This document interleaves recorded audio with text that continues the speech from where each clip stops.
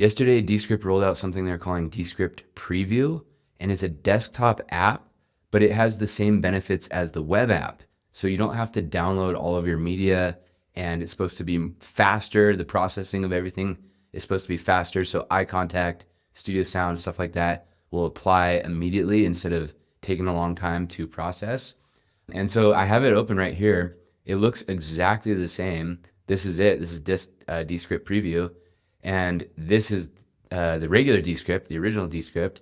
And the way I can tell is these have these download buttons. So this is media that's not downloaded to my computer's hard drive. But if I go over to the Descript Preview, I don't have that because I can just open up any one of these. I can just click on it and I'm inside of the project. And so it's taking a little while to load the visual there. But what they're telling us, and I'm seeing this for the first time right now. So this is me reacting to Descript Preview. If I click on a layer, let's see, I don't even have the option for studio sound right there. Let me try a different one. That might not be a good example. Let's go to wordless media. Okay, that popped up right away. That already had studio sound applied, but let's try eye contact. It still has to load. And it's a really short file anyways.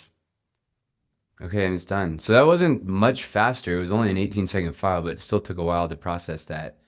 I'm going to play around with this throughout the day. I'm going to report back my findings in a future video. But if you want to download this, it's free. You can use it with all your Descript normal plans, and I'll leave the link in the description. If you enjoyed this video, you might enjoy some of my update videos that I do about Descript.